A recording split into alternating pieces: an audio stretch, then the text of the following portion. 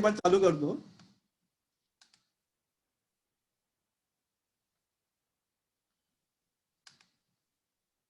सुरेंद्र दिसतंय ना? हो दिसतंय. ओके, आपण प्रधानमंत्री वय योजनावर होतो. एनपीएस पण पाहिलं होतं. हा एनपीएस, सॉरी एनपीएस वर होतं. Correct correct. हा सो एनपीएस वर म्हणजे 8 ते 10% पण depends how you opt for the plan. Student recording चालू आहे ना? हो. ओके. सो कसं आपण प्लॅन घेतो म्हणजे डेट इक्विटी याचं कॉम्बिनेशन काय आहे त्याप्रमाणे आपले रिटर्न्स ते फ्लक्च्युएट होतात, म्हणून त्याला मॉडरेट टू हाय असं मी म्हटलेलं आहे. आणि त्याच्या एनपीएसला 80C खाली डिडक्शन 1,50,000च्या बकेटमध्ये येतं. In addition to that 80CCD खाली ऍडिशनल 50,000पर्यंत डिडक्शन दिलेलं आहे. ओके. दुसरे ऑफकोर्स आहे कॉमन सगळ्यांना ज्या माहिती आहेत त्या बँक आणि कंपनीच्या फिक्स्ड डिपॉझिट आणि रिकरिंग डिपॉझिट बरेच जण आपण त्याच्यामध्ये जातो, पण तिथे इंटरेस्ट रेट खूपच कमी आहे आणि रिस्क लो टू मॉडरेट पण रिस्क आहे. कारण of course it depends on the company. If you are investing into companies fixed deposits and recurring deposits थोडीशी रिस्क आहे. AAA मध्ये ठेवली तर लो रिस्क आहे. बँक तशा सेफ आहेत. सध्या ऑफकोर्स बँकेचे इश्यू चाललेले आहेत, पण कोऑपरेटिव्ह बँकवर शक्यतो अवॉइड करा. जास्त इंटरेस्ट साठी शक्यतो जाऊ नका, कारण कोऑपरेटिव्ह बँकेचा काय थोडासा कंट्रोल्स जरा वीक असतात, त्यामुळे जरा इश्यू होऊ शकतो. सो बेसिकली फिक्स्ड डिपॉझिट आणि रिकरिंग डिपॉझिट आहे, त्याच्यामध्ये किती टाकू शकता. 1 ते 5 वर्ष पिरियड आहे. इंटरेस्ट रेट सध्याचा 5.75 to 8.4 म्हणजे कंपनीचे काय काय आहेत ते 8.4 पर्यंत जातात. बजाज फायनान्स मध्ये आय थिंक मोतीलाल ओसवालची पण आली होती, श्रीरामचं पण आलं ते फिक्स्ड डिपॉझिट. त्याचे इंटरेस्ट रेट चांगले होते. त्याच्या ह्याचं सगळ्याचं 80 TTB खाली तुम्हाला 50,000 रुपयापर्यंत डिडक्शन मिळू शकते. Next mutual funds. Mutual funds of course saving प्रत्येक ठिकाणी ते सेव्हिंग असतं. Mutual funds are subject to market risk. So प्रत्येकाने म्युच्युअल फंड मध्ये इन्व्हेस्ट करताना काळजी घ्या. रिस्क जास्त आहे, पण रिस्क तुम्ही ते तुमचं कॉम्बिनेशन डिसाइड करून तुम्ही रिस्क ती मिटिगेट करू शकता. म्हणजे रिस्क तर आहेच, तुम्ही डेट फंड घ्या, इक्विटी फंड घ्या, बॅलन्स घ्या, सगळीकडे रिस्क आहेच त्याच्यामध्ये. परंतु समजा तिथं कमी करायची असेल तर तुमचा एक्सपोजर तो इक्विटीसाठी थोडासा कमी करा.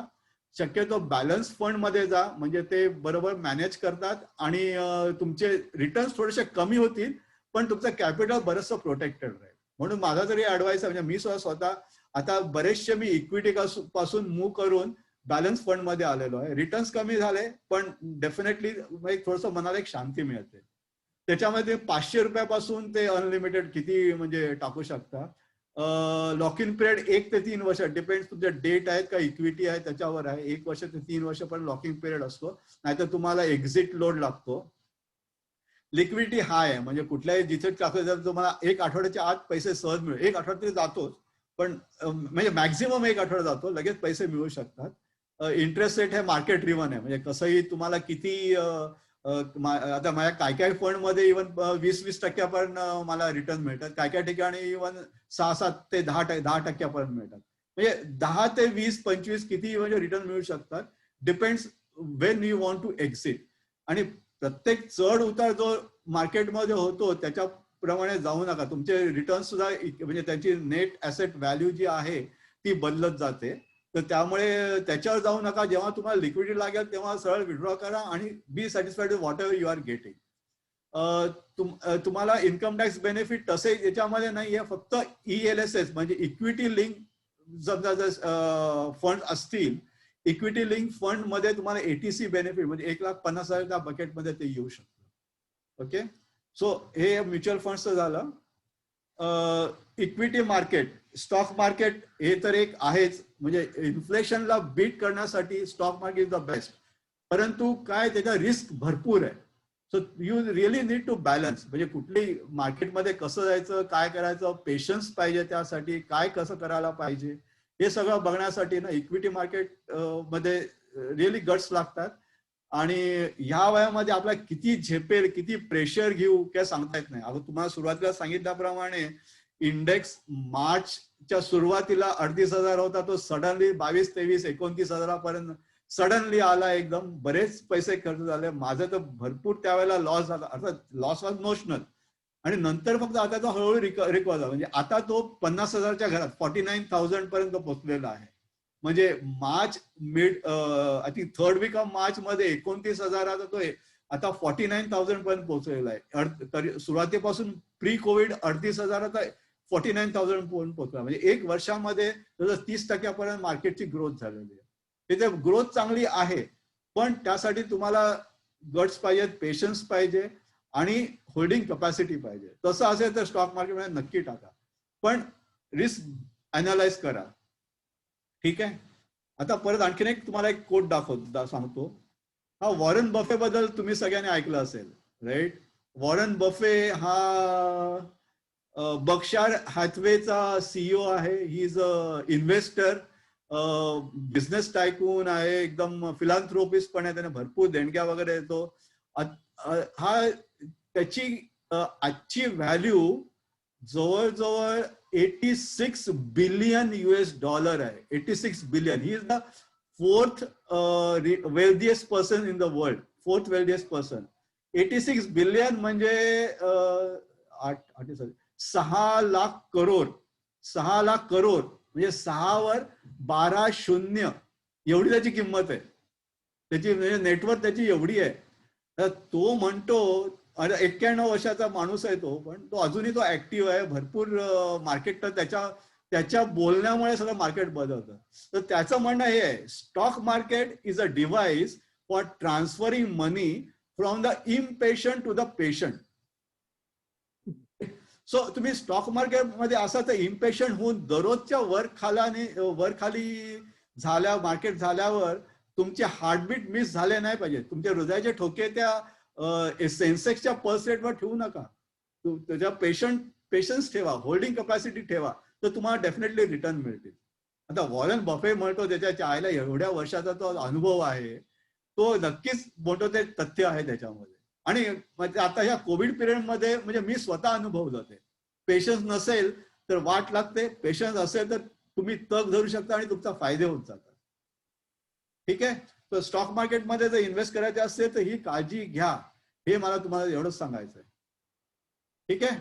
Okay okay okay. दुसरा रूल ऑफ 72 कोणाला माहिती आहे? हा कदाचित बऱ्याच जणांना माहिती असेल. नाही? ओके. 10 काउंट्स. 1 2 3 4 5. इंटरेस्ट रेट कळतो त्याच्यावर 6 वर्ष म्हणजे डबल मनी डबल कधी होते. Very good Ashok, very good Ashok. So rule of 72 ची ही एक हिंट आहे. ज्या दिवशी बायकोकडे काळजीपूर्वक बघितलं आणि लक्षात आलं की आपल्या आयुष्यातील फक्त हीच गुंतवणूक पाहता पाहता डबल झाली. हा रूल 72 नाही. मी सांगितलं त्याप्रमाणे रूल 72 इंडिकेट्स वेन, म्हणजे तुमचा समजा इंटरेस्ट रेट तुमच्याकडे असेल तर तुमची इन्व्हेस्टमेंट केव्हा डबल होईल. समजा इंटरेस्ट रेट 6% असेल तर 72 डिवायडेड बाय 6 म्हणजे 12 वर्षांनी तुमची इन्व्हेस्टमेंट डबल होईल. ठीक आहे. समजा इंटरेस्ट रेट समजा 8 असेल तर 72 डिवायडेड बाय 8 म्हणजे 9 वर्षांनी तुमची इन्व्हेस्टमेंट डबल होईल. दिस इज रूल ऑफ 72. तसं हा उलट्या पद्धती दुसऱ्या पद्धतीने पण वापरता येईल. तुम्हाला समजा एखादी इन्व्हेस्टमेंट समजा 9 वर्षामध्ये डबल करायची असेल तर तुमचा इंटरेस्ट रेट किती हवे. सो 72 डिवाइड बाय 9 वर्ष, 9 इयर्स म्हणजे तुमचा इंटरेस्ट रेट मिनिमम 8% तरी पाहिजे. समजलं? This is rule of 72. Just for your information, just keep in the mind. समजा जर तुम्हाला असं वाटलं आपली इन्व्हेस्टमेंट केव्हा डबल होणार किंवा आपल्याला इन्व्हेस्टमेंट डबल करायची आहे तर किती इंटरेस्ट रेट पाहिजे हे जर बघायचं असेल तर हा एक रूल लक्षात ठेवा. ठीक आहे. Okay okay. Let's move. Okay. आता आपण आता हे तर सगळ्यांना माहिती आहे. स्मिताने त्या दिवशी कन्फर्म केलं आपण फक्त वापरा आणि वाटामध्येच आहोत.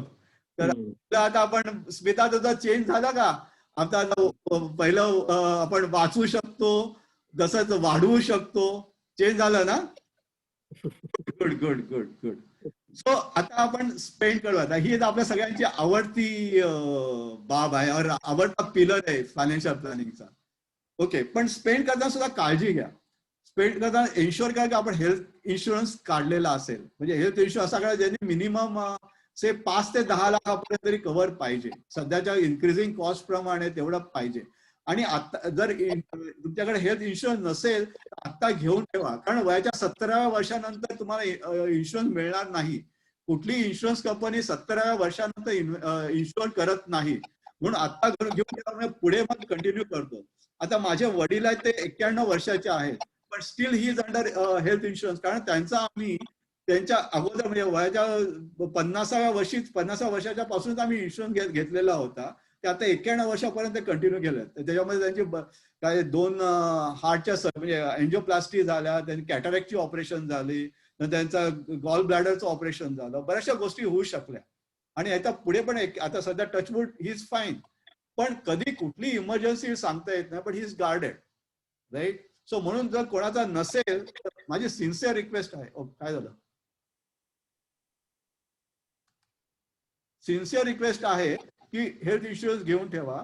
म्हणजे तेवढंच, म्हणजे see other way is to self protect, म्हणजे सेल्फ इन्शुअर करायचं. तुम्ही इन्व्हेस्टमेंट समजा तुम्ही प्रीमियम भरला नाही तो म्हणजे तुम्ही सेल्फ इन्शुअर करता. तुम्ही तो प्रीमियम कुठेतरी सेव्ह करा, रिकरिंग डिपॉझिट मध्ये टाका, म्हणजे ती ग्रो होत जाईल. सो पण इन्शुरन्स तुझा स्वतः तरी काहीतरी घेऊन ठेवा. हा एक इसेन्शियल खर्च आहे, तो कराच. दुसरं ट्रॅव्हल. आपल्या कोणाला प्रत्येकाला ड्रीम असतं कुठे ना कुठेतरी जायचं, परदेशात जायचंय, भारत दर्शन करायचं, 4 धाम करायचे, मगाशी आपण बोललो त्याप्रमाणे करायचं असेल तर त्यासाठी पण खर्च करा. कुठल्याही मनातल्या इच्छा अधुऱ्या ठेवू नका. रेस्टॉरंट मध्ये जाच, तुम्हाला आवडत. सध्या कोविडमुळे एक संपला. परवा उदय आहेस का रे? उदय परवा आला होता तेव्हा मला त्याचं उदयचं वजन खरंच बारीक झालं. उदय बोललो, अरे काय कसं झाला? तर तो उदय म्हणतो की उदय अनम्यूट कर आणि सांग तू काय काय बारीक झाला. नाही, मी सगळं हल्ली म्हणजे 9 महिन्यापासून किंवा 10 महिने मी घरचंच खातोय. ब्रेड बंद केले, हॉटेल बंद केली आणि बाहेरचं खाणं टोटली बंद केलंय. आणि माझ्या तब्येतीत जवळजवळ 6 किलो वजन कमी झालं माझं.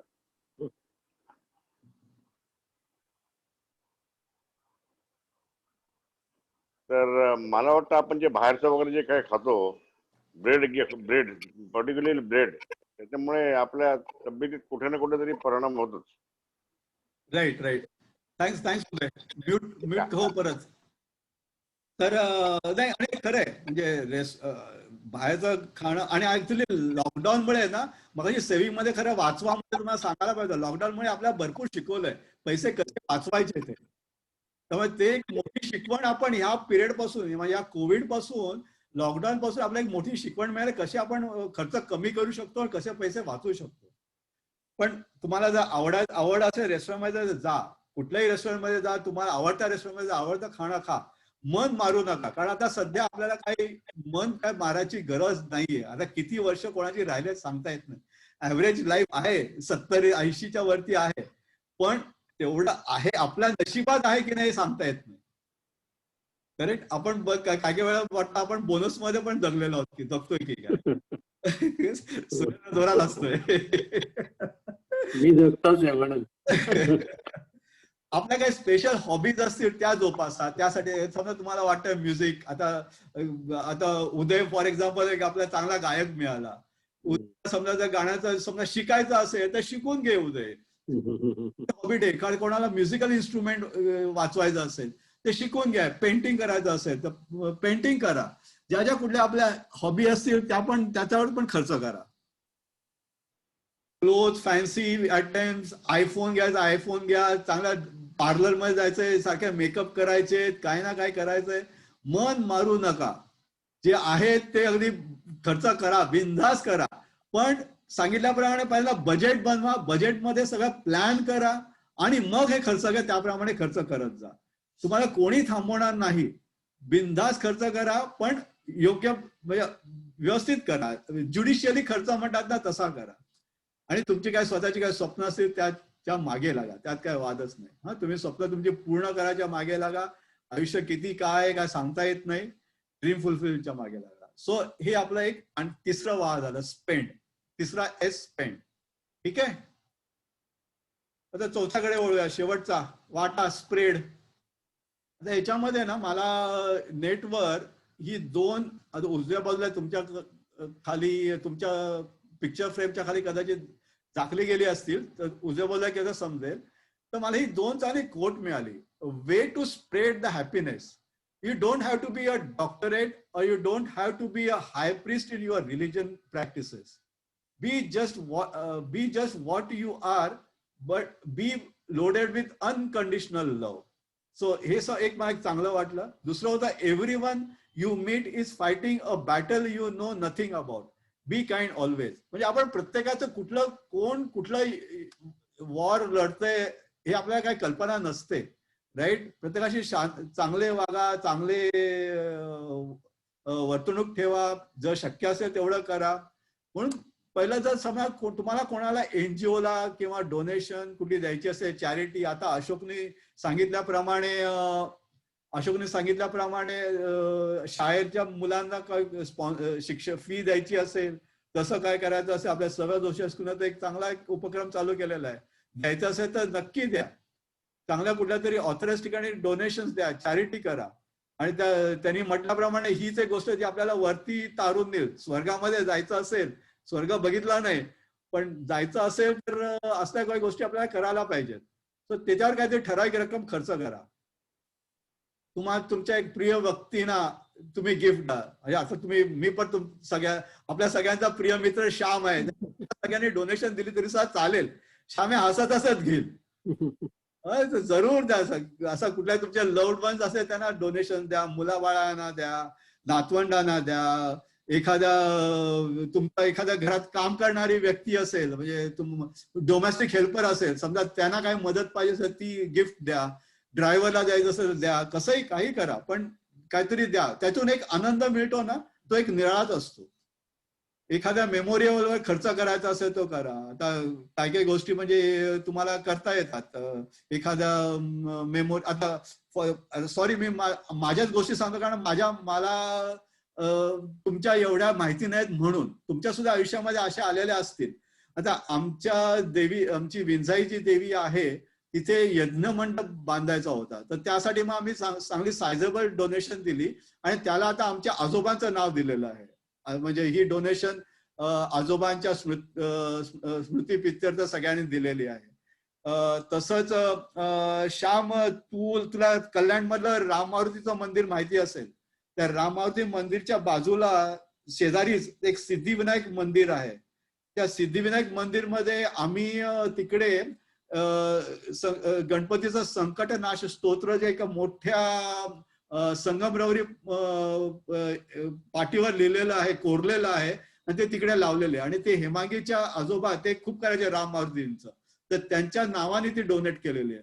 तसेच त्याच मंदिरात आम्ही सगळे अष्टविनायक, म्हणजे मंदिराचा जो गाभारा आहे, गाभाऱ्याचा जो कळस आहे त्याच्यावरती सगळे असे 8 विनायक अशा म्हणजे असे स्टॅच्यूज म्हणतो ना आपण, एक मूर्ती असे मोठमोठे आयडल, म्हणजे 1.5 फुटाचे आयडल असे लावलेले आहेत.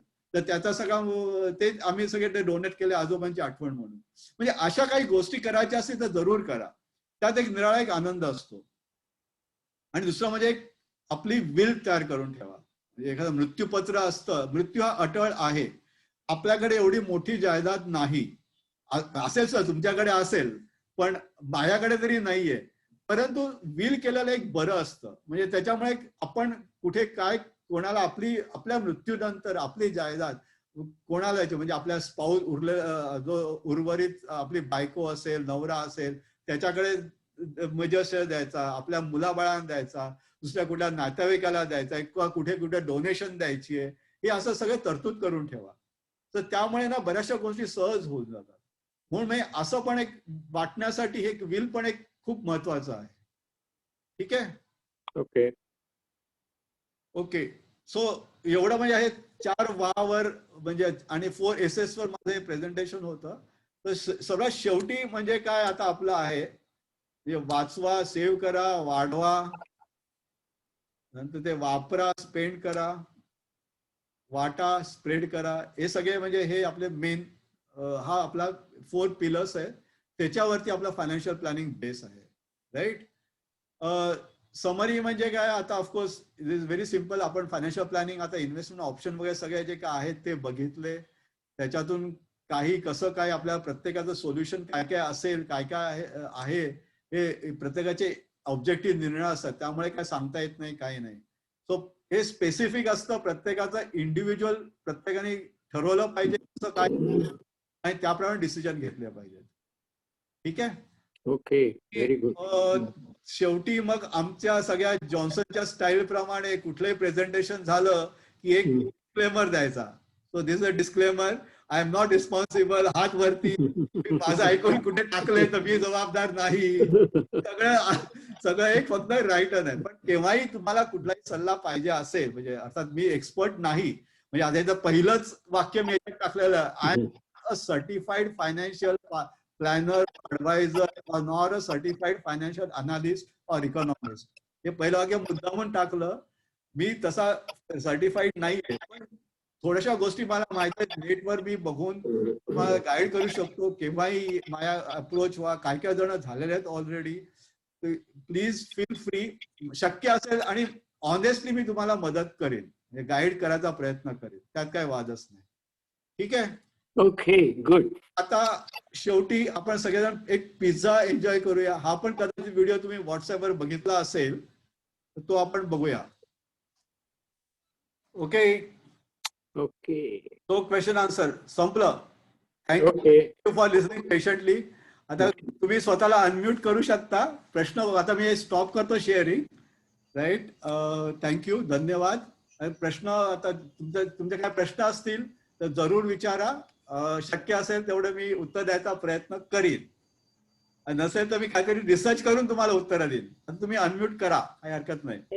केलं unmute. Good. Very nice. Very very very nice. Bore झाला नाहीत ना? अजिबात एकदम मस्त प्रोफेशनल प्रेझेंट. स्पीच झालं. थँक्यू. फारच मस्त प्रेझेंट.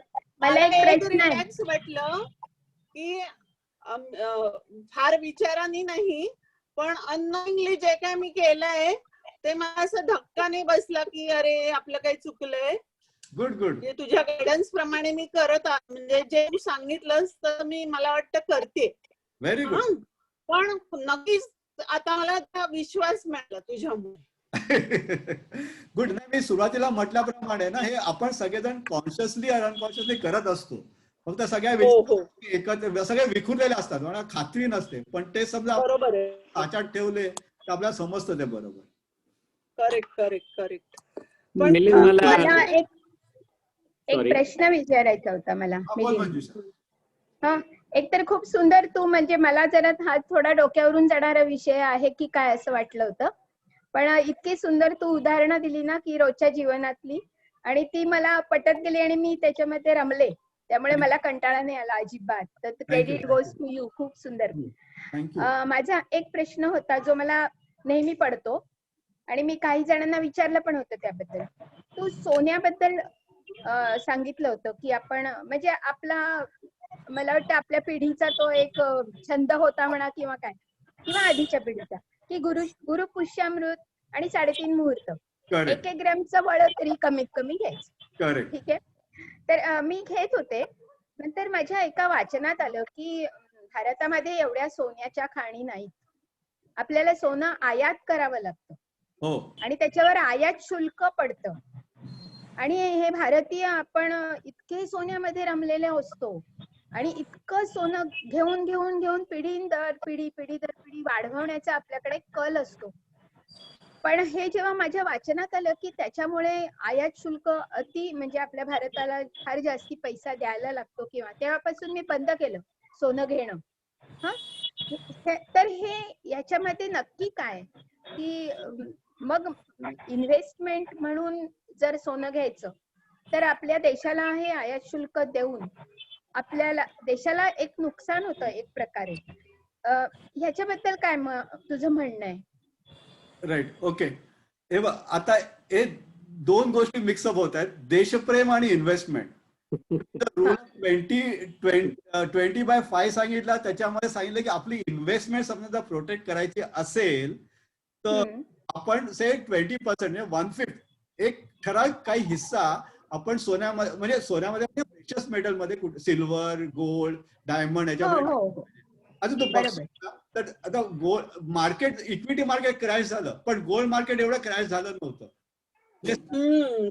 हिस्सा सोन्यामध्ये हो. असेल, देश तू म्हणतेस ते सगळं बरोबर आहे, राईट, ते देशप्रेम आहे, सगळं आहे, पण मला शेवटी मी जर माझी फायनान्शियली मी स्ट्रॉंग राहिलो, माझ्याकडे बाऊल घ्यायची समजा परिस्थिती आली नाही, तर मी देशाला सलाम करेन, राईट. म्हणून मी स्वार्थी आहे, मी सर्वाइव्ह. माझं स्वतःच मी पहिल्यांदा बघणार, मी पहिल्यांदा माझं इन्व्हेस्टमेंट प्रोटेक्ट करणार, म्हणून हे सोनं इज द बेस्ट इन्व्हेस्टमेंट.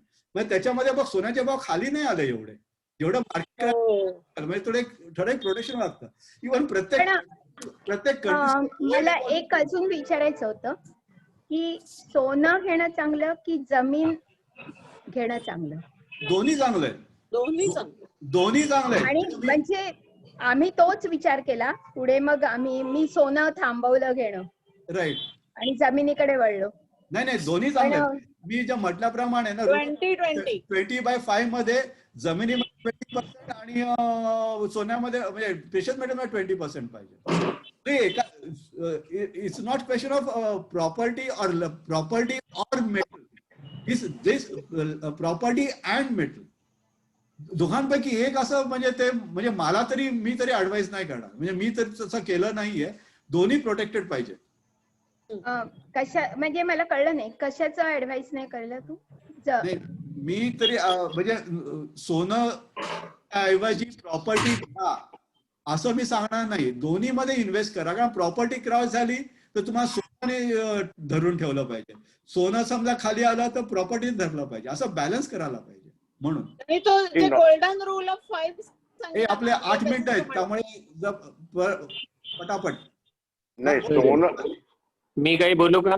हा बोल ना. मला प्रश्न पण आहेत आणि काही कॉमेंट्स पण आहेत मिलिंद. एक म्हणजे तू जो थंब ऑफ रूल सांगितला होता सेव्हिंगच्या बाबतीमध्ये आणि ऍज वेल एज सिपचा रूल, तर मला असं वाटलं की हे विथ एज याचा पर्सेंटेज किंवा याचा पॅटर्न हा बदलत गेला पाहिजे. बरोबर. प्रेझेंटेशन मध्ये तशी एक स्लाइड असती की बाबा तुझं वय वर्ष 20 आहे, 40 आहे, 60 आहे, तर हा पॅटर्न कसा बदलत जाईल असं जर असतं तर, कारण आता ज्या आपण एजला आहोत त्या एजला आपल्याला तो पॅटर्न जास्त योग्य होईल. तू आता जे सांगितलंस ते मला असं वाटलं जनरलिस्टिक आहे जास्त, rather than senior citizen. Okay, ह्याला जोडून मी एक विचारू का? एक minute let me finish. Suresh, तू जे बोललास ना ते मी म्हणजे माझ्या नॅरेशन मध्ये बोललो मी, तू म्हणतोस ते म्हणजे माझे ते एक स्लाइड टाकता आली असते. हो, ती टाकली असते चाललं असतं, पण मी फक्त बोलताना बोललो की आता सध्या आपल्या हा जो रूल आहे मला करिअरच्या अगोदर समजा तो मी फॉलो केला, त्यानंतर म्हणजे आता सध्या आपल्याला तर पर्सेंटेज चेंज करायला पाहिजे. हो, नंतर सिनियर मेन उद्देश होता की सगळे एकाच ठिकाणी टाकू नका. बरोबर. हो, दुसरा जे तुझं सिनियर सिटीजन सेव्हिंग स्कीम्स किंवा ते जे सगळं तू चार्ट दाखवत होतास ना, त्याच्यामध्ये जस्ट एक फॉर इन्फॉर्मेशन की इट चेंजेस एव्हरी क्वार्टर. हो, आणि ती सरकार जी जाहीर करतं तीच असते, ती जी सध्या 7.4 आहे. म्हणजे समजा मी एक 60 पूर्ण झाली त्यावेळेला जर मी केलं असतं तर 9 मिळत होते, पण आज मला 9 नाही मिळणार आहेत, आज मला 7.4च मिळणार आहेत, because it changes every quarter. त्यामुळे ते फिक्स राहत नाही. वेरच PMYY जी स्कीम आहे ती 8 जेव्हा तू बुक केलीस ती तुला 10 वर्ष 8च देणार होती. आणि आता सुद्धा ते 7.4 ला तू बुक केली तर ते तुला 10 वर्ष 7.4 लाच देणार आहे. It is not going to change every quarter like your senior citizen saving. Perfect. म्हणजे लॉकिंग पिरियड कमी आहे ना. आणखीन एक मला एक कॉमेंट जस्ट तुझ्या बोलण्यावरती की जे टॅक्स फ्री बॉन्ड मध्यंतरी वेड्यासारखं सरकार इश्यू करत होतं, कारण त्यांना बरेच पैसे पाहिजे होते. मग ते NTPC साठी होते, REC साठी होते, रेल्वेसाठी होते. आणि ते जे बॉन्ड्स आहेत ना ते एक्सचेंज वरती ट्रेडेबल आहेत. हो, आणि त्याचा कुपन रेट आता खूप हाय आहे, कारण त्यावेळेचा त्याचा इंटरेस्ट रेट जास्त होता. त्यामुळे माझ्या मते त्याला आपल्या पर्स्पेक्टिव्हनी लॉक इन पिरियड नाही. Because today if I want to just get rid of that, I can get rid of that and probably with a higher coupon आहे. म्हणजे माझी 1 लाख प्रिन्सिपल ऑलरेडी मला जे काही इंटरेस्ट मिळाले त्याच्यावर ते पुन्हा मला 1.25 लाख सुद्धा आज मिळतील, अशी सध्याची परिस्थिती आहे. त्यामुळे these are tradable on exchanges. Correct correct. आणि एक असं मला वाटलं की एनसीडी तू का नाही टच केलं? नाही रे, एनसीडी मला तरी एवढं वाटलं नाही ना, म्हणजे म्हणून त्या ऍक्च्युली त्या फिक्स्ड इन्कम एनसीडी मध्ये नाही म्हणलं तरी सिक्युरिटी आहे जी सो कॉल्ड एफडीज मध्ये नाहीये. बरोबर, पण एनसीडी म्हणजे मला तरी एवढं काही अट्रॅक्टिव्ह वाटलं नाही. म्हणजे म्हणून त्यापेक्षा मला मग म्युच्युअल फंड किंवा टॅक्स फ्री बॉन्ड जास्त अट्रॅक्टिव्ह वाटले, म्हणून ते कव्हर केलं नाही. नाही, तुझी लिस्ट करतो त्याच्यामध्ये मला असं वाटलं की कारण आता मध्यंतरी चांगल्या एनसीडी झाल्या होत्या, लार्सन अँड टुब्रोची होती, म्हणजे चांगल्या कंपन्यांच्या एनसीडीज होत्या, दे वर गिव्हिंग गुड रेट. नाही, प्रत्येक वेळेला सुरत बऱ्याच गोष्टी नवीन नवीन इन्स्ट्रुमेंट येतात. So we just have to be keep lookout for everything, that sort of investment. आणि इक्विटीचा सेगमेंट वाईज विचार करायला पाहिजे ना, कारण नाहीतर तो काही सेगमेंट खड्ड्यातच गेलेले आय नो. आणि काही तुम्हाला सध्या आता काय, समजा तुझ्याकडे कुठलाही बायोकॉन किंवा कुठलाही फार्माचा जर शेअर असेल तर ते धूम झालेले, पण तुझ्याकडे कुठला इंजिनिअरिंग इंडस्ट्रीचा असेल तो गाळात गेलेला आहे. मग त्याच्या रिटर्न, त्यामुळे segment wise investment in equity stock market खूप रिस्की आहे, भयंकर रिस्की आहे. स्टडी पाहिजे अगदी. आणि ते या वयात आपल्याला तेवढा पेशन्स आणि माझं तरी डोकं चालणं हे मला खूपच कठीण वाटलं. नाही, ऍग्री. स्टॉक म्हणून स्टॉक मार्केट मी त्यासाठी हाय मध्येच कॅटेगराईज केलं. माहिती असेल तर स्टॉक मार्केट सारखं चांगली गोष्ट नाही. आणि तू म्हणतो इंजिनिअरिंग सध्या आहे, पण if you are holding period of say 5 years you will definitely gain. मी आता फॉर एक्झाम्पल मी टाटा मोटर्सचं सांगतो. टाटा मोटर्स आता तू वर चाललाय, आता तो इतका चाललाय, पण मध्ये तो गाळातही गेला होता ना, एकदम खाली आलेला तो आता कसा मस्त चांगला धावतोय बघ. आपल्याला लिक्विडिटीची गरज केव्हा लागेल, त्यावेळेला नेमका तो गाळात असेल, सेगमेंट बुडला. Right. So you just have to be patient. Equity मध्ये बेसिक टेक्निकल स्टडी करायला पाहिजे. इक्विटी मध्ये गेलं तर बेसिक टेक्निकल स्टडी करायला पाहिजे, त्याचा परफॉर्मन्स वगैरे सगळं, मग इक्विटी मध्ये गेलं पाहिजे, नाहीतर करेक्ट. ओके, पण मिलिंद, सुपर लॉजिकल फ्लो आणि explained in a very simple language, जे आमच्यासारख्या सगळ्या मोठ्या लोकांनाही ते छान कळलं असं मला वाटलं. Thank you very much. सगळ्या स्लाइड्स तू तयार केल्या होत्या ना, स्लाइड्स जरा व्हॉट्सअपवर टाक ना. टाकेल ना सगळं रेकॉर्डिंग. प्रेझेंटेशन ते नको, पण नुसत्या ज्या स्लाइड्स आहेत ना तुझी, त्या साध्या पाठव. शॉर्टकट पाहिजे. व्हिडिओ नको. आणि डायग्राम्स होते ना, आणि ग्राफ्स होते ना, ग्राफ्स, आणि ते मला पाहिजे. चालेल. साईज कुठे व्हॉट्सअपवर जाईल की नाही, तर मग ईमेल तरी करीन सगळ्यांना. कुठे टाकणार पैसे वाटायला सगळ्यांना पैसे